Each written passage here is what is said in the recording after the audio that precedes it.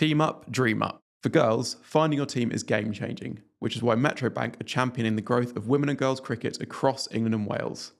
Our mission is to create a brighter future for girls through cricket in partnership with the ECB. Hello and welcome to the Wisden Women's Cricket Weekly podcast. England have hit the first stumbling block of their new era. They're 2-0 down in their T20I series against India with 3 to play, and the first loss of the weekend was truly one to forget. Errors in the field, drop catches and a calamitous batting performance led England to their biggest ever T20I defeat in terms of runs. And while the second last night was closer, it was still a comprehensive victory for India, and one that leaves England, Nat Sciver-Brunt and Charlotte Edwards with plenty of questions to answer over where they go next. We've got no Yas this week. He's up in Birmingham covering the men's test match, so you've got me, Ben Gardner, along with Katya Witney. We'll be dissecting what's gone wrong for England in a moment, but first up, let's hear from Lauren Winfield-Hill.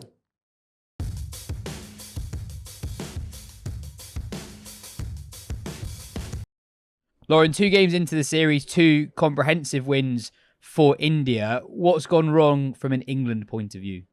Oh gosh, the big money question. Well, I just think they've been outclassed. To be honest, I think India have been very good, and England just haven't been at the races at all. Really, I mean, the first game obviously unravelled pretty quickly with Smriti Mandana playing as well as she did. Like, that was a great knock, like no two ways about it, but it was pretty poor planning and execution, really. And a little bit of like the tactical side of it in terms of who you're bringing back at what stages. I think it sort of got left too long. So like, I remember obviously I was doing comms on the game and there was a point where Lauren Bell had bowled 2 overs and she was going at 5. She bowled 2 overs for 10 and everybody else at that stage had gone over 10 and over, including Sophie Eccleston going for 19 in her first over, and Lindsay was expensive as well.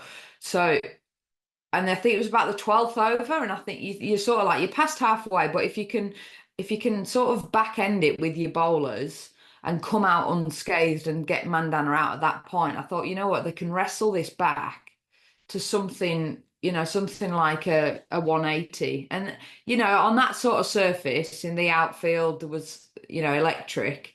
You sort of think, actually, we've done a pretty good job there. But Lauren Bell and Emily Arlott were still like the death bowlers. And it was almost like, they're our death bowlers, so they bowl at the death. Rather than, I feel like in that scenario, my mindset would have been, if we get Mandana now and we can add a couple of quick wickets on here, we're in the mixer, because this is a good surface and we've got to believe that we can chase it down.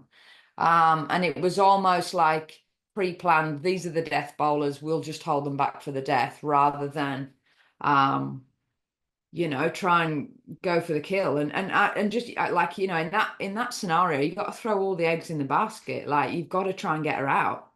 And I think there was another like really sort of pivotal moment in the first innings where Harleen Deol got off strike first ball, and then she got like 19 off 10 deliveries.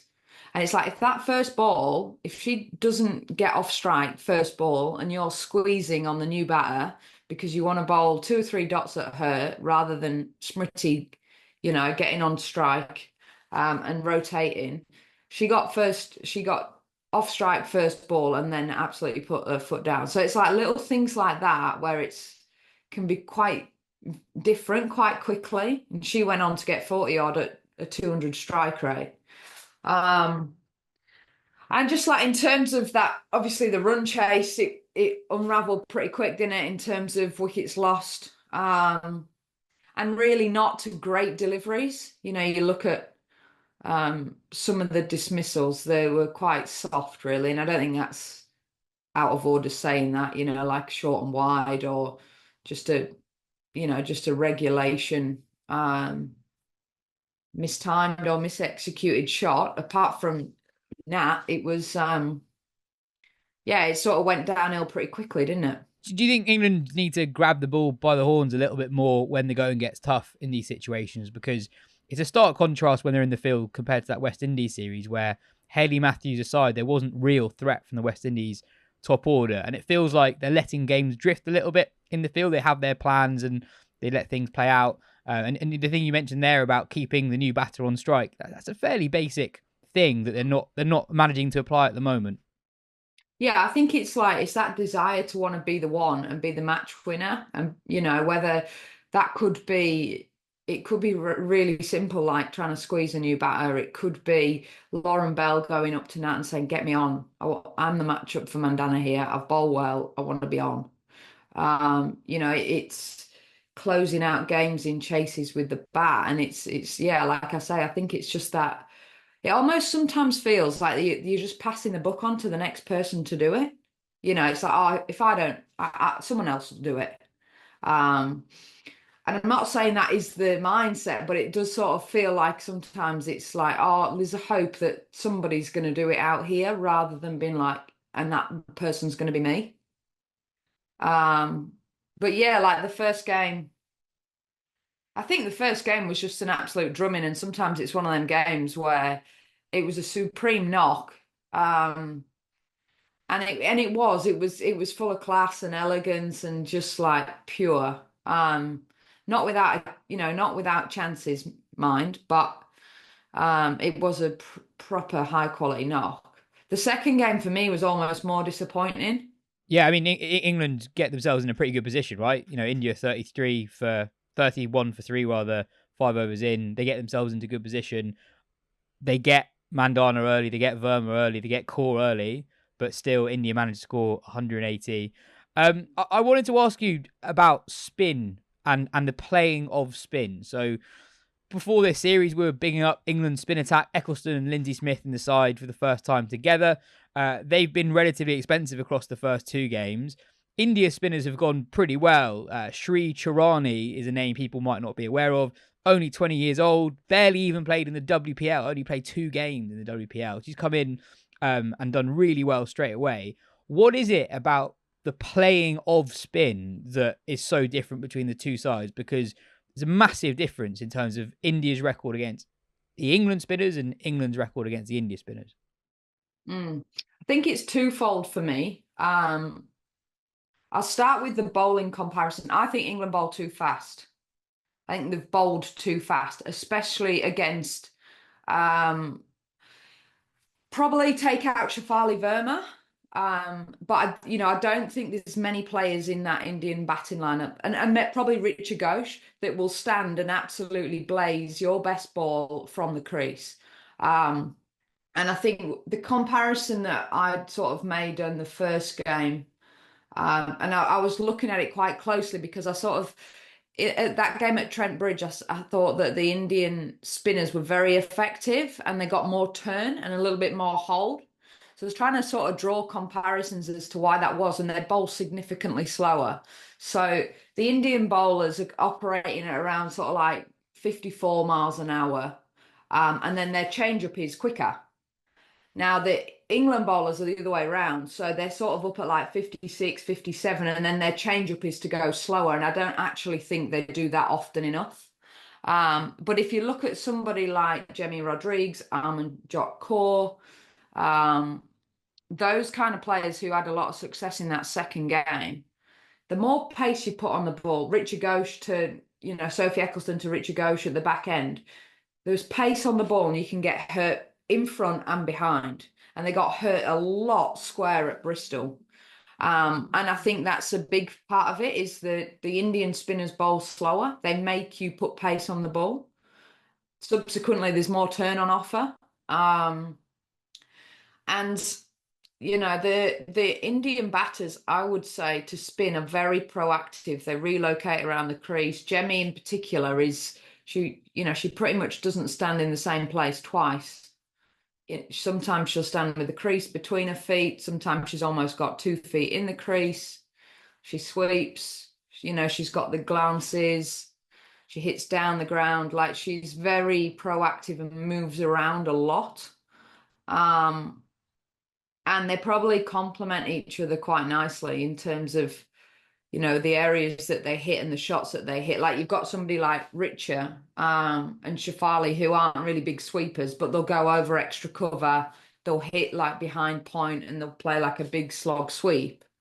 And then you've got like your Smriti Mandana, your Jemmy Rodrigues, your Amanjot Kaur that are a lot more elegant touch players and hit in different areas. hit very much, can access different areas. So I think there's probably two parts to it. I think, like I say, and it sounds really silly, but I feel like I've got quite a good live example of that this year, where I found tier two, and I was only saying this to Richie Pyra, our head coach, today, and even just playing the contrasting spinners that we have on our books at Yorkshire, it is so much harder for me, in my personal opinion, to play slower bowling. I think when I have a spinner with a bit more on it, you don't have to work as hard. You don't have to move precisely. You don't have to hold your position at your crease and then make sure that you move quick. You can get away with using the pace on the ball, and having to generate it and move well is much harder. So I think there's probably two parts of it. I think I'd take Nat Sciver-Brunt out of that, because she scores all around the ground against spin. And Tammy Beaumont probably the other night as well, where she plays the lap, she moves around the crease, she sweeps, she hits beautifully down the ground. But at the minute, I would say, the others probably haven't, they've stood on middle, reacted, and sort of just played like that, really. How easy is this to add to your game? Because quite often I think, well, Nat Sciver-Brunt moves her feet and uses the crease more than anyone else. Why doesn't everyone do that? It must be harder than it must be quite a hard thing to actually manage to execute. Yeah, I think it's the distance that you can travel forward and back. Like, you can move forward and you can move back, but like, if you're creating an extra inch of depth versus Nat Sciver probably gains a foot of depth, that's very different where you're hitting the ball. Like, the difference there could be, you'll probably cut it to high up the ground. You create more depth, you can probably hit in front or behind point. You've got more options. Like, she plays that pickup shot into the leg side so well, and she hits it so hard high up the ground, because she's created so much depth. The same as when you're moving down, like, you can move down, everybody can move down the track, but can you do it precisely? Can you make sort of good yardage, I guess, in terms of your actual movements? And then the timing of that is different. Like, when it's a slower bowler,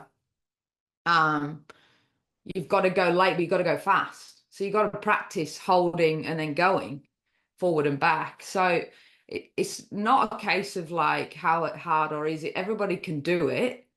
It's just the best players of spin in the world do it better than other people.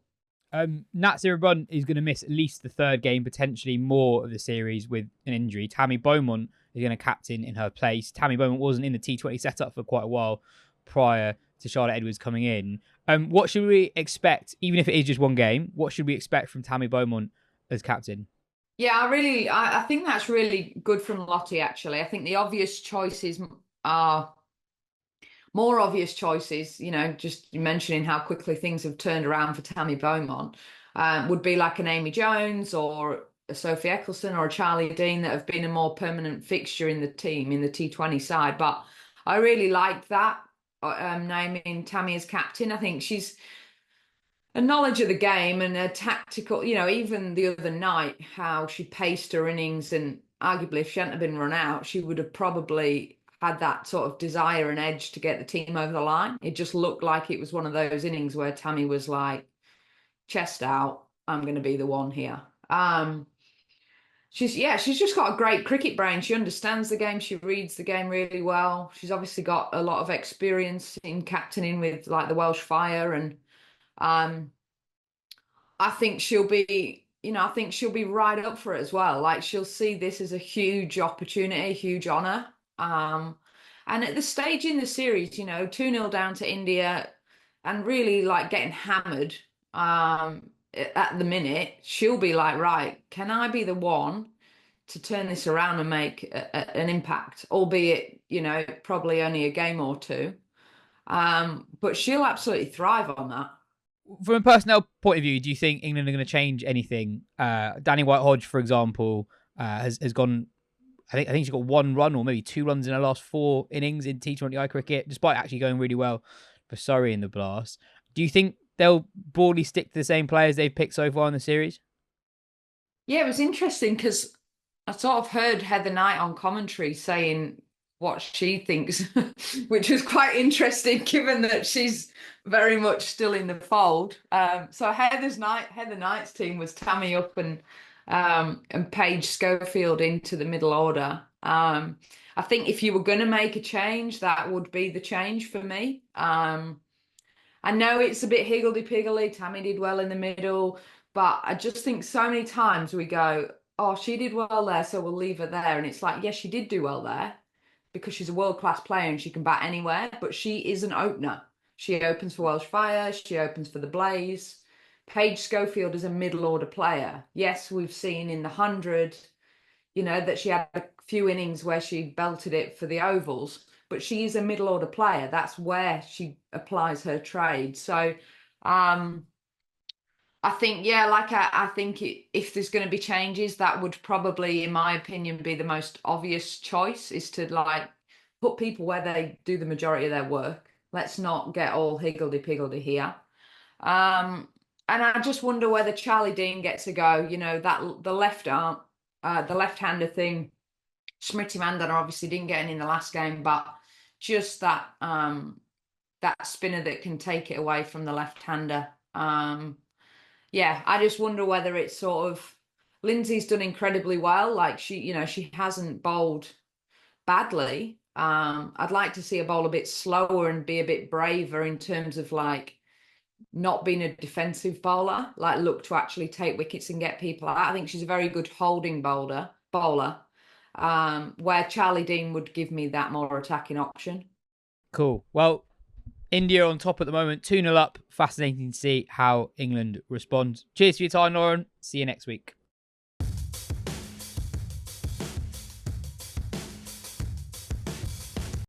Katya, let's get on to England in a second, but I actually think we should start with India because I guess especially you, were worried about them before the series. Looking at that bowling attack, I think it was very inexperienced. And okay, they've had two big totals to defend, but they've batted brilliantly, sort of across the board, and they've bowled just as well, haven't they?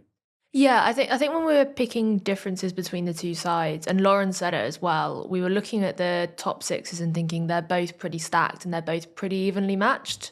This is pre-series. And then when we looked at the bowling departments, we thought, well, they've got a couple of star bowlers missing. They've got some debutants coming in. We don't know how they're going to go. That could be the difference of where the series is made up. But actually, India have done what England haven't managed to do in the last few years, barring the West Indies series, which is bring new faces into their attack and have them look at home straight away. So Sri Sharani has been brilliant. She was a record, wasn't it, in the first T20I or second best figures for India on women's T20I debut, something like that. She's been really good. Obviously, they've got Dipti Sharma, who is amazing, and England's problems against spin are well documented. And we had last night, Amanjot Kaur was also very, very good. So it's been basically what England have been bad at, India have managed to be good at. And then also when you've gone into the top sixes, India's top six has just been absolutely exceptional. And England's batters have really struggled, notably Danny White-Hodge has struggled. And in that first T20I particularly, there was just a massive implosion and a collapse, chasing a big total. So I think we were actually right to be worried about India before the series in hindsight, but it's been really pleasantly surprising to see how well those players that we didn't necessarily know how they were going to go have gone, and also to watch the players that we did know how they were going to go. Like Smriti Mandana was absolutely incredible in that first T20I, and watching Jemima Rodriguez last night was amazing as well. They've been really, really fun to watch actually, which has been really refreshing. Yeah, I mean, it is fair enough to say, well, they've got these unknown players, we don't know how good they are. But that's the thing, you don't know how good they are, so they might be really, really good. Mm-hmm. And it turns out that in the case of India, that they might be, and that is quite ominous for England. I mean, we'll get onto England in a second, but let's just talk about just Mandana in particular a little bit more, because she was so good. I mean, what was it? India's highest ever women's T20I score, first Indian woman to make a century in all three formats. And we were discussing this on the Patreon day, that actually, I think partly it's because she's so good in ODI cricket, and partly because in ODI cricket she's a bit more of a touch player, where it's its boundary fours and its, manipulation of the field and its innings construction, that you can sort of overlook her slightly as a T20 player when you've got these, these big power hitters and these players are, clearing the ropes loads. It's not like she hit loads of sixes in that innings, but she was hitting like a four every half over pretty much, or a boundary every half over. And she is so good and in her prime and ahead of a World Cup year at home. This could be the year that sort of, she's already had an absolutely amazing career, but this could be the year that Mandana kind of goes truly stratospheric, I think. Yeah, completely. You look at her age, she's 28, she's been around for so long. You think, right, now is the point where she's going to really kick on. And I think you're right with the ODI stuff and the T20 stuff.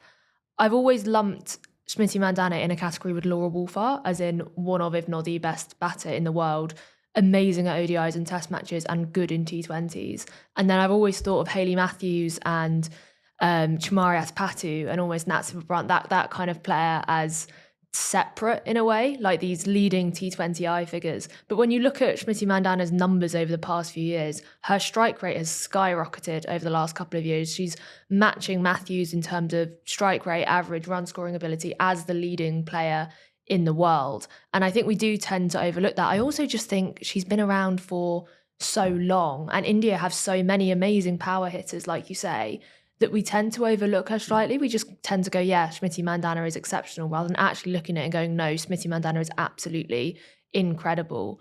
And I think that her, particularly with the WPL, when you look at it, I think that has been a really big catalyst for her T20I game, because when you look at the point that her numbers have started to skyrocket in the T20 format, it kind of coincides exactly with that WPL tournament starting.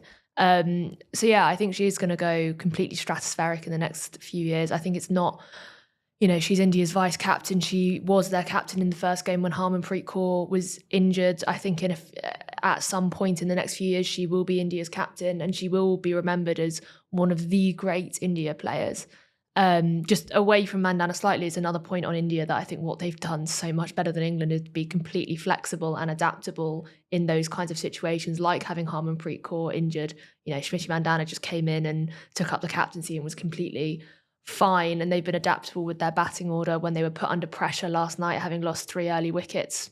It's fine. Jemima Rodriguez and Amanjot Kaur put together a really good partnership. So yeah, she's kind of an example of everything India need in a player, being able to step up in those situations and also being an exceptional batter across formats. I was actually a bit surprised that she was the first India batter to score centuries across formats. I just assumed someone else had done it. But yeah, apparently not. Yeah, I guess Core maybe, because obviously you instantly remember that she's got an ODI and T20 ITUM, because those were, in World Cups, those are massive moments for India, but the testing hasn't happened yet. So I guess that's how that's come about, I suppose. You almost want to spend more time talking about India because they have been so good, but I think we'll end up paying them sort of credit while talking about England, because we'll say, and India have done that really well, which England haven't done. So let's start talking about England. And you kind of touched on it there in terms of how India have dealt with adversity in this series, because for England, there's this pressure question again. And I think first we should actually clarify what we mean by pressure, because whenever you put on an England shirt and play an international game, there's pressure. And whenever you lose a game, there will be a point where that game was slipping away from you that you'd identify as a pressure moment. But we're actually talking about something quite specific with England, aren't we? Yeah, we are. And whenever you talk to players in press conferences or whatever, and you mention the pressure thing, they'll say, well, we are always under pressure. Like, what do you mean, kind of thing. And I think you can separate it. So when you're playing an England game, let's use the series against the West Indies as an example. Yes, there was pressure in that situation, even more added pressure because it was the first series under Charlotte Edwards, and the first series after that Ashes series went well. But you are playing an opposition that England are expected to beat, especially at home. When India are here, England aren't necessarily expected to beat India. We said they should beat India, or we thought they might beat India, but they're not necessarily expected to beat India. And that's part of that pressure situation, that when you come into a series, when you're playing that India side or that Australia side, that adds more pressure. And then equally, when things start to go wrong on the pitch, can you reverse that slide, or are you just going to keep sliding downwards? When you've dropped a catch, are you then going to drop every catch? Or when you've let one ball through, you're going to let all balls through. So I think we can identify that as specific pressure. And it's these scenarios where England have historically performed pretty badly. You know, you look at last summer and neither of those two series were pressure series, you would say, when Pakistan came over and when New Zealand came over. But then when England had to beat the West Indies in the T20 World Cup, that's a different kind of pressure and they crumbled under that. When England went to Australia and they played the Ashes, they crumbled under that. And we could go further back as well and look at examples of these very specific pressure kind of moments. And in this series, if you take out just who they're playing, you can also look at very specific scenarios. Like last night, Nat Sibber-Brunt was off the field for a lot of India's innings. She had a tight hip. I believe she's fine. We haven't heard anything to say that she's going to be missing the next T20. But it was reminiscent of the last time India came over when Heather Knight was not playing that series because she was injured and Amy Jones was given the captaincy.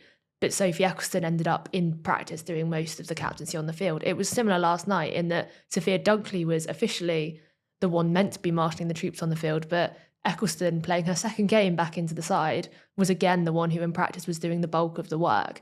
So you look at those two senior players of Jones and Dunkley, and they've been asked to step up and take that responsibility, but they've ended up ceding it to someone else in practice.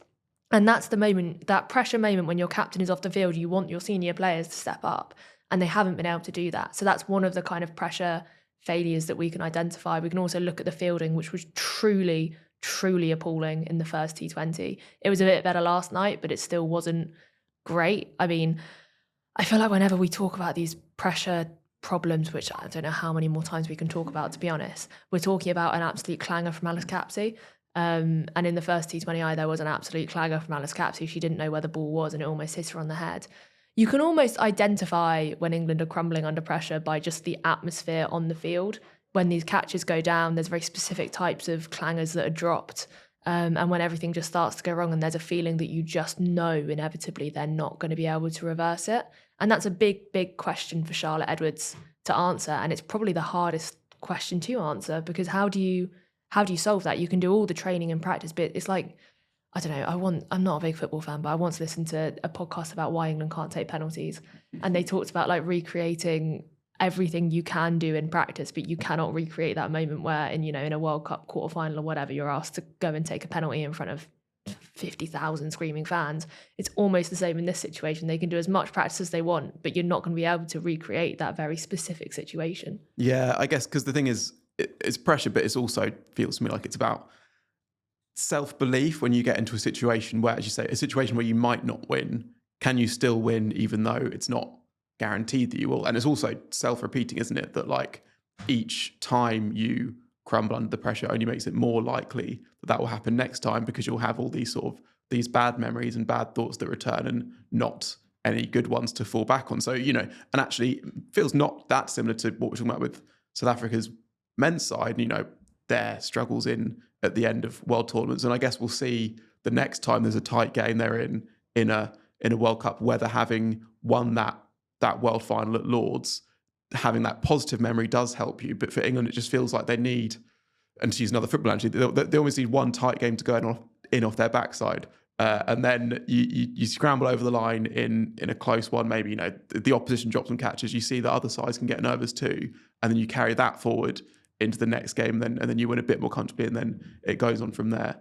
But it's a really, it's just, I'm surprised really, because I did think that Edwards, not that she'd fix everything, but that you'd be able to see some changes. And that's the thing, it just feels so familiar. Not just that it's like there's echoes of it, but there's a bit different. It just feels like not much has changed at all, really. And yeah, on the fielding as well. I mean, you're right. And it was also, I guess that's the thing, if Ecclestone stops that first ball of the series rather than lets it go through her legs, how much of this plays out differently? Because that sets the tone, doesn't it? Where it's like from then on, you're fighting uphill against, obviously you could maybe argue that, the fielding did cost England that game in the first T20I because of the runs lost through misfields and through drop catches and stuff. But it is obviously more than the impact as it runs and wickets. It's an issue for Edwards, just given the perception of this England side, how much it cost them over the winter, and what she said about wanting to put it right. It'll just be, she'd have been tearing her hair out watching it from the dugout. And from one point of view, at least they haven't lost the series yet because it's a 5-game series. From the other point of view, this could get quite ugly unless they unless they turn things around. The perception issue is a really kind of interesting one, because after that Ashes series, Kate Cross gave quite an interesting interview where she said she felt England had lost fans over that Ashes series. And I think she was right in that the way England played during that series, it didn't... You can still lose series and people will want to watch you. And that series, the way they lost that series, I think made people not want to watch England, because there was a perception of they don't care. Rightly or wrongly, and probably wrongly, there was a perception that they don't care, that they weren't being held to the standards that international cricketers should be, and that the senior group of players were too comfortable, and that's why that kind of cauldron bubbled over the top. And I think during the West, when Edwards came in, she was billed as this fix-it person, whether that was fair or not, because she'd won everything before she'd come in as a coach. And the ECB, she was the only candidate for the job. I think she probably could have named her price and conditions and the ECB would have said, yep, come and do the job. And I think that during the West Indies series, those changes that she made, bringing in those younger players and being able to beat a really inexperienced West Indies side so comprehensively, created this kind of atmosphere around the side that made people think, stuff's changing. We actually want to watch this side again. And it's how quickly it slipped back into, oh, actually, all these issues that we were talking about over the winter, they're still there. They've just been masked by what was a vastly mismatched opposition, and by a couple of these changes working. Edward should absolutely be given credit for bringing new players into the group. And I think that if you're looking for a positive to take from England's losses, I mean, there's nothing you can really take from that first T20I, but from the second one, I thought that the seamers bowled really well. I thought that Lauren Bell in particular was good. I thought they pulled back their lengths. I thought Emma Arlott, having gone for some runs at the beginning, pulled it back really well at the end. You might look at Lauren Veiler's figures and think, oh, she was really expensive, but actually the bounces she bowled were really, really good. And I thought that she bowled really well. So those changes Edwards can take credit for, but that's almost the easy stuff to solve, bringing new players in and translating that success. If you look at the pressure issue, the fielding issue, those deeper issues, the issues with senior players when they're not performing, those are really hard to fix, and it's really hard to know how to even go about doing them. So whether we created this unfair expectation on Edwards just to go, yep, and whether that was furthered by the success that England had against the West Indies, I don't know. But I think it is kind of a bring back down to earth with a bump of just how far they have to go to climb back up. Yeah, and I guess the other thing, looking back on West Indies, was obviously England did win that whole series very comfortably, but you could say that at times they didn't usually have an answer to the one world-class player in that side. Now, maybe that's harsh because Hayley Matthews is absolutely brilliant, but if you want to say, that England should be challenging themselves not just to win those games, to be like, can we keep that player quiet who we know could win a game against us on a day? And at times they weren't able to do that. I guess the other positive for England from a bowling point of view has been just Lauren Bell, who, we talk about a lot, and I guess, not that she's in Mandana's class, but that she can almost get overlooked because you're talking about the other new players. And she has actually been brilliant even when England have struggled.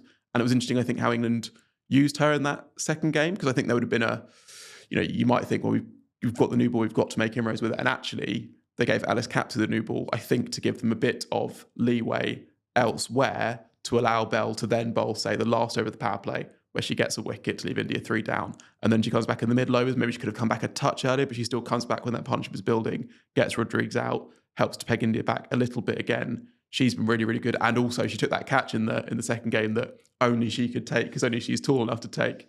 But let's just go talk about individual players a little bit more. And in particular, I suppose, Danny White-Hodge, who is really struggling at the moment. So she made one yesterday, which was the first time she's got off the mark in 4 innings. It had been 4 ducks in a row before that. And even in making one, she was involved in a run out with her opening partner. So, it's one, and it's almost worse for the team than a naught would have been. She's obviously done so much for England, and especially you even look at her overall record, and it doesn't convey how good she's been, because she spent so long sort of trying to get that breakthrough innings. Then when that comes in Australia, whenever it was 2018 or 2017, then you're like, okay, she's cracked it. And she really did crack it in T20 cricket, and she's been a T20 great really since that time. But it's losing form at exactly the wrong time, when she's already been dropped from the ODI side, when you're down in a series, and when you've got a new coach in who's looking to, to make statements and to shuffle things around to find the right combination. And given it's now do or die for England, I wonder whether they could make a change where Wyatt Hodge out, Tony Bowman, you made that 52nd game up, Schofield, who I think has been underutilised so far, given she is one of the options from outside the team who you look at and think maybe she could make a difference and hasn't had much of a go yet. Do you think they could do that? Or do you think Charlotte Edwards will think, no, she's got enough credit in the bank? With Danny Wyatt Hodge, she's only ever one innings away, from cracking it again, from being back in form, and stick with it, because she could win a game on her own, as well as she is, not giving them the starts that she normally has been at the moment. I actually don't think Edwards has much choice other than to drop Wyatt Hodge for the next game. She's made statements about wanting to create an environment where if you're performing, or if you're not performing, then your place is under pressure. And she made this kind of call to domestic players and players in and around the England squad to perform in the domestic format, and that performance would be rewarded. And if you stick with Danny Wyatt Hodge, it's not just that she's made one run across 4 innings. She has looked so bad against finger spinners. All 3 of those dismissals in the West Indies series were to Zayda James, and then both of her dismissals in this series have been to Dipti Sharma, and it was Dipti Sharma's first ball that got her out yesterday. So I really don't think Edwards has any choice other than to back up her original statements and drop Wyatt Hodge, especially with Tammy Beaumont performing in the way she has. Also with Schofield, I think it's a little bit criminal the way England have underutilised her in terms of keeping her in the squads but not actually playing, given that they've rotated their pack in other ways to give players a go. So I think she doesn't have a choice. It is worth saying that Danny Wyatt Hodge is an absolutely exceptional T20 player, and she's England's leading T20I run scorer since the beginning of 2022. It's also worth remembering how recently she was very good. She had a really good T20 series in South Africa where she scored, I think, 78 and a half century in the following game. She also scored a half century in Australia on such a lean tour for batters that is quite significant. And she's been in exceptional form in the T20 Blast. So there is something quite specific to this loss of form that is England related.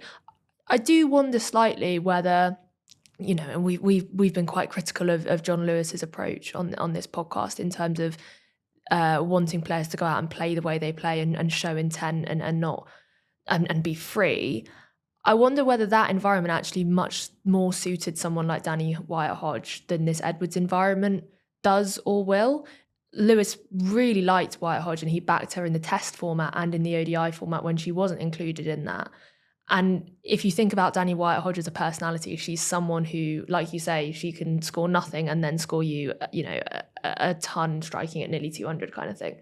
And I think that environment might have suited her kind of attitude towards playing more, or just her style more. I don't particularly know. I am speculating, but Edwards kind of creates that more intense environment, or slightly more intense environment, whereas Lewis was always about taking intensity and pressure off the players. It's also notable that he called her up for WPL side when he was in charge of it. So I just wonder whether that is a factor in performance, and also how much she's going to be involved with England across formats going forward. Yeah, it's a really good point. I guess another player who we're closely watching the relationship between coach and player who has come back in this series is Sophie Ecclestone, who's had an interesting time, but it's fair to say. We mentioned that drop catch in the that misfield first ball of the first game. She didn't bowl great in that game. Maybe signs that she's coming back to it, but it's also just a reminder that as good as Ecclestone is, she's not quite she's not a plug-in instant win code. As she's and especially when she's hadn't been in and out of Lancashire side through injury, it's going to take time for her to get back up to full speed, and we're still kind of seeing that relationship develop, aren't we? Yeah, it's an interesting one. I think everyone should write off that first T20, and Ecclestone was particularly bad. She didn't just field badly, she bowled pretty badly. She bowled way too full, and then she skied one up in the air. Last night, I think she can come out of that game with a fair amount of credit. She was like I said, she was basically in charge on the field for most of India's innings, and then she did come in and smack it about with the bat as well. I thought she bowled very well, even when India were looking to target her. And it's just kind of classic Sophie Ecclestone to be really good, but then you're also watching and going, how's that relationship going? We've talked about her a lot, and it is one to watch going forward. But I think that what we were saying last week in terms of England are an automatically better side when Sophie Ecclestone is in it, I think still stands, despite the fact that they've lost both of these games. I think without Sophie Ecclestone last night, that could have turned into another complete car crash like the first T20. So credit where credit's due, that was pretty good. Yeah.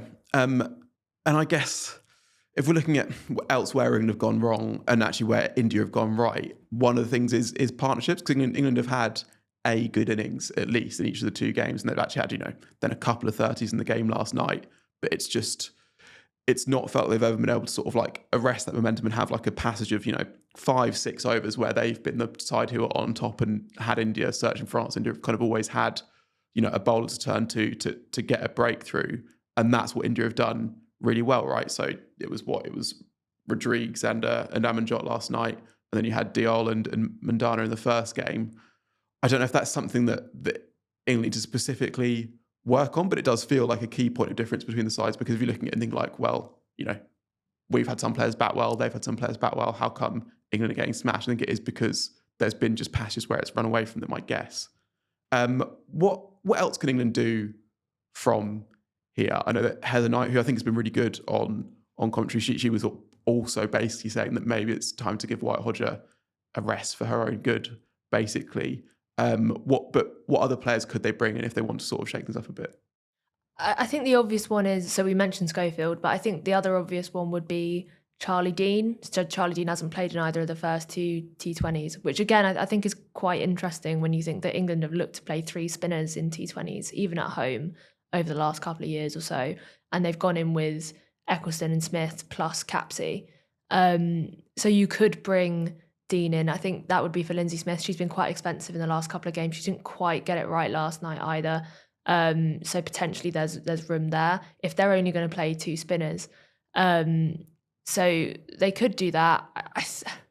I think they probably will. I think they're at the point now where they kind of just need to make some changes and see where the cards fall. They could bring in Izzy Wong, but I don't think that the seamers have been the problem really. So it's hard to think what they can do, but I almost think Edwards just has to make some of those changes and see how it falls, rather than stick with the same side. As I said, you can kind of stick with an unchanged team after the Nottingham loss and just write it off. But when that's happened, or almost happened twice in a row, I don't think you can really then field the same team. But if thinking about what they will do, I think the most they will really do is drop White Hodge and put Schofield in, and potentially rotate out Smith for Charlie Dean. Yeah, that's fair, because I guess the tricky thing for Edwards was is you don't want to seem panicked as well, especially this early in your tenure, and when we still do have faith, I think, in the Charlotte Edwards method and the knowledge that she has and the track record that she has to turn this around. I don't think this is bad, and I think that it's surprising how bad it's been and how familiar it's felt. But I do think there's an element of that this is still a bit of a wake-up call, that it's not just as simple as you get Charlotte Edwards, you start winning instantly, and that maybe she can then sort of really start to implement the changes she needs to, because she can say, like, right, look how bad this is. I hope. I mean, because it's tough talking about England defeats all the time. The next T20 other series, England have to win it if they're to stay alive at the Oval on Friday night. I think it'll be me and Katya again back after that game, and after every game this series on the Patreon, doing our daily podcast on there. So please do subscribe there if you want even more analysis of England's struggles or their incredible comeback, delete as appropriate. Next up, we've got an interview with one of the most exciting young batters in the country. Ella McCaughan scored a century in the One Day Cup earlier in the season and then scored the first women's T20 Blast century ever a couple of weeks ago. She's currently in the top 5 run scorers in that competition and was called up to England's A squad to face New Zealand. And while an unfortunately timed injury has prevented her from taking up that place, she's very highly rated and definitely one to watch over the next couple of years. Katya caught up with her a couple of days ago.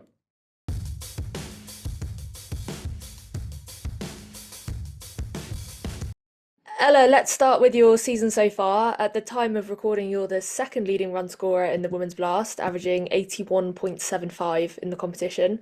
In your last innings, you scored the first ever century in the competition, playing against our very own Lauren Winfield-Hill's Essex, so we'll keep that to a minimum.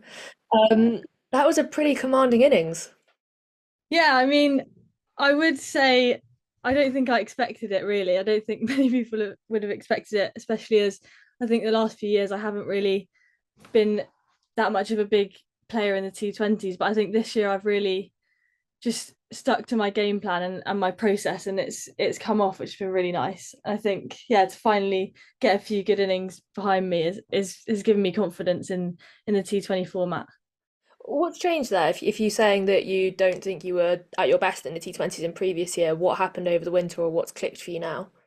Obviously, I've had Lottie as a coach for a few years, and she's always said that I don't need to change anything really in the T20s. It's just like playing the way I play. And I think this year I've just started to trust that, and I've started to just play my game the same way and not really thought the T20. It's the same game really. I think for a few years before I didn't really trust myself that was the case, but yeah, this year I've just stuck to a process, and I've had a winter in Manly to get a few runs behind my belt as well. So even coming into the season, I had a bit more trust in myself, and it's worked well, I think. And that's actually that's the second century you've scored this season. You scored a 100 in the Metrobank as well. If you're saying that you didn't feel as confident in the T20 stuff, why do you think you've succeeded in the ODI stuff more? I don't know. I think maybe just that's a hard one, really. But I think ever since I was younger, I think that's the way I've played more. I've played more in that format and had more opportunity in that format. So that's probably why. But yeah, I think the winter in Manly, learning to score big scores, being out in the middle for a long time, and getting the runs behind me in the 50 over block at the start of the season, that just gave me more confidence in my own game. And then going into the T20s, having that bigger role at the top, I knew that I could go in with confidence and just play the way I've been playing. We've talked a lot on this podcast about young players getting time in the middle and perhaps not getting that kind of time in the middle that they need before making next steps up. Particularly for you, we saw with Vipers before the restructure this year, that you were in and out of the side a lot for England players coming back in. Danny Wyatt-Hodge was at Southampton last year, is now at the Oval. How difficult was it to kind of get the kind of rhythm you're in now when you were hopping in and out of that Vipers side? Definitely harder, but obviously, being around those players has it's good as well, like learning from them. But I think, yeah, it was harder knowing what my role was really, because if she wasn't there, I'd be opening, and if not, I was kind of middle order. So it was harder to know my role. But also, I've been given a lot of good opportunity, and they've backed me throughout the years at the top of the order, which I'm grateful for. So, but yeah, I think this season, knowing that I'm going to be opening at the top, and I think it's just given me a very clear role of what I need to do, and it's really helped. And I watched a bit of the highlights of the T20 100 you scored the other week. And what I picked up on was how quickly you were picking up length and really punching everything full down the ground and cutting everything kind of square. What does it feel like for you in the middle when you're in that kind of rhythm? It's great, really. It's really fun. I don't think I've had a time in. I think this past month I've just really been enjoying it and been really looking forward to batting. And obviously I love batting, but I've never experienced like really looking forward to it. And when I'm out there, just loving every ball really, and being really clear on what I want to do. It's just, yeah, it's great. But I mean, I'm hoping that will come back. But yeah, it was really fun. And I think, well, it does show I did get a bit of luck in that inning, so it just shows that really you can't focus on the outcome, because I could have got caught early on, but in T20 I think you've got to take the luck and then just stick to your process. And it was great. I was quite tired towards the end though. Yeah, I wasn't going to pick up on that because I think it was Lauren that dropped you. Yeah. Oh well. You mentioned batting down the order as well, and that's something we saw for you in the 100 last year. You were batting down the order quite a lot at Welsh Fire because the top order is or was Sophia Dunkley, Tammy Beaumont, Hayley Matthews, and Sarah Bryce. As a young player with playing with those kinds of players, you said there are benefits to being in the nets with them and being in the middle, but does it sometimes feel like you're banging your head against the brick wall constantly, no matter what you do, that those kinds of names are going to be above you? Yes and no, because my first year at Welsh Fire I felt quite inexperienced, and it was just great to be around it and like learning from people like Hayley Matthews, Tammy Beaumont, all of them at the top. It was really great. But then, yeah, I think last year, yeah, I think it does, because they're so strong and really there's no way to fit into it. So sometimes it can feel like that. But I also didn't really have a lot behind me in the T20 format. So this year, maybe having a bit more behind me will help in those situations. But yeah, I think even learning from whoever I can, I still want to do. And in the hundreds, a great opportunity to do that with learning from the overseas and stuff. You could go in there this year and be like, well, I've scored a load of runs. No, I won't do that. And you mentioned working with Charlotte Edwards in Southampton as well.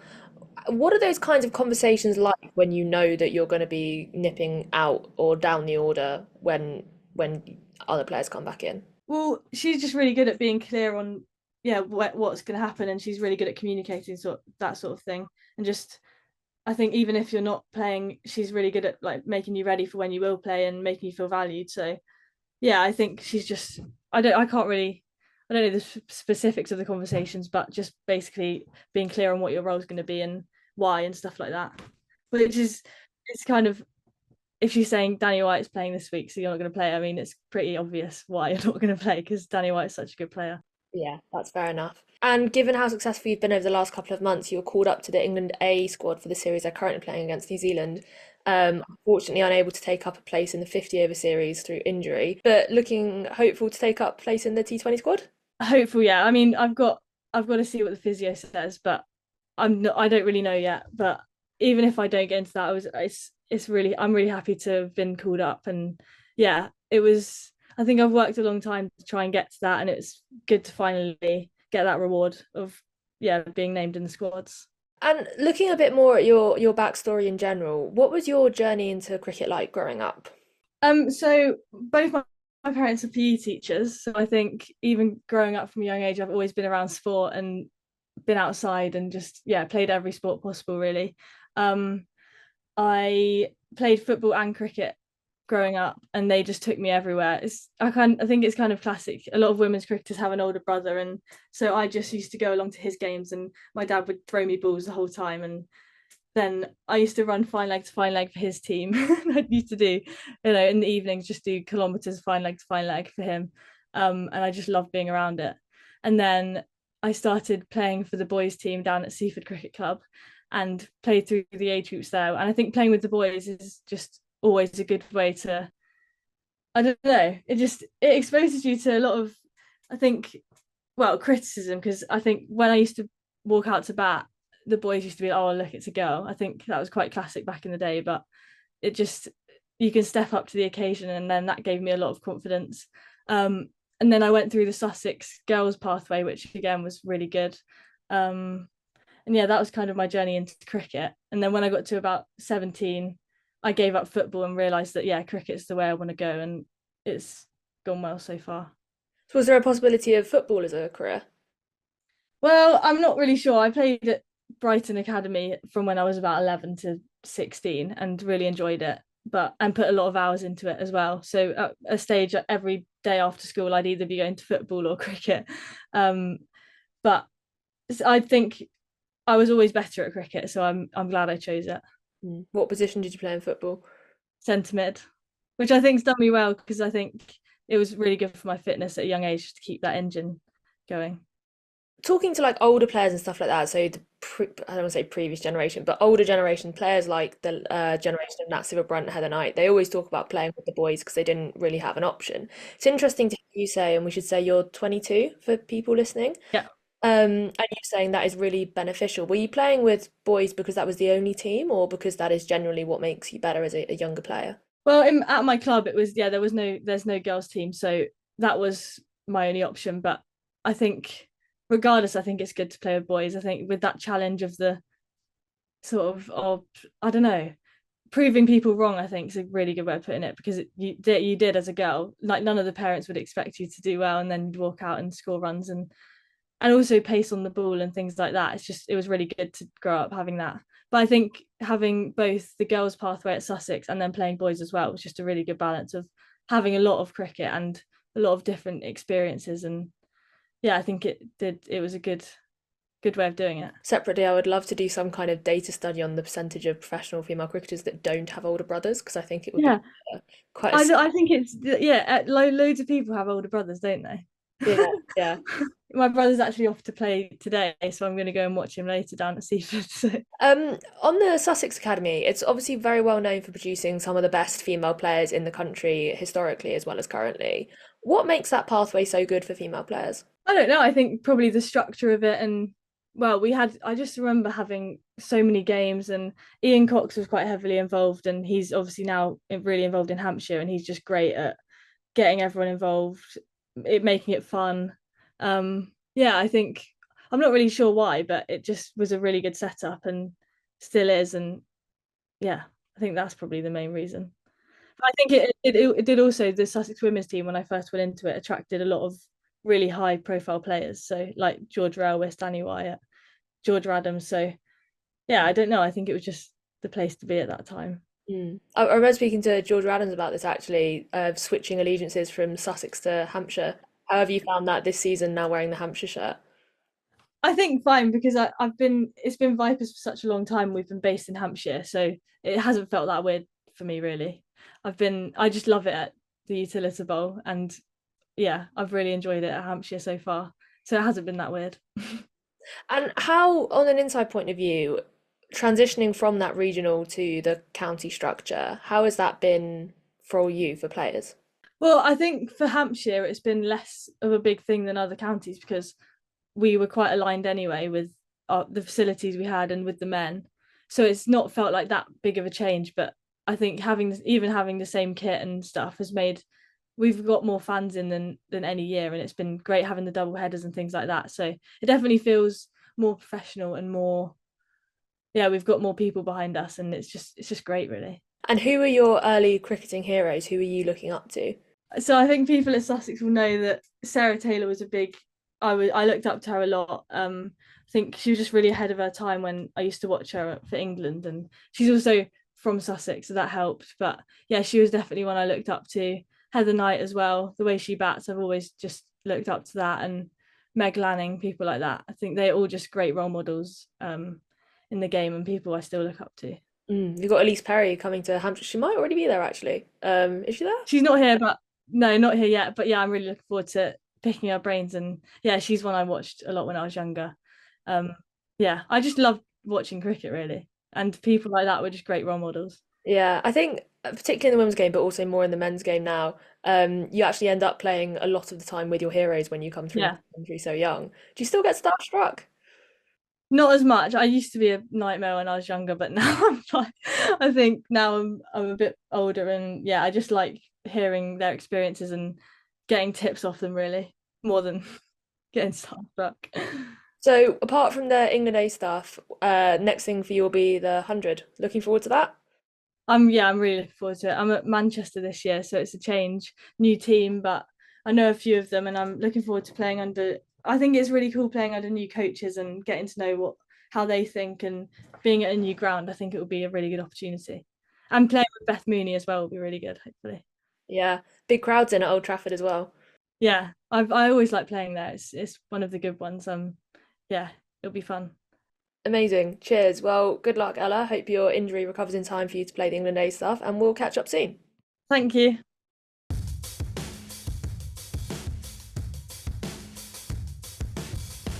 That's all we've got time for this week. Cheers, Katya. We'll be back with you next week.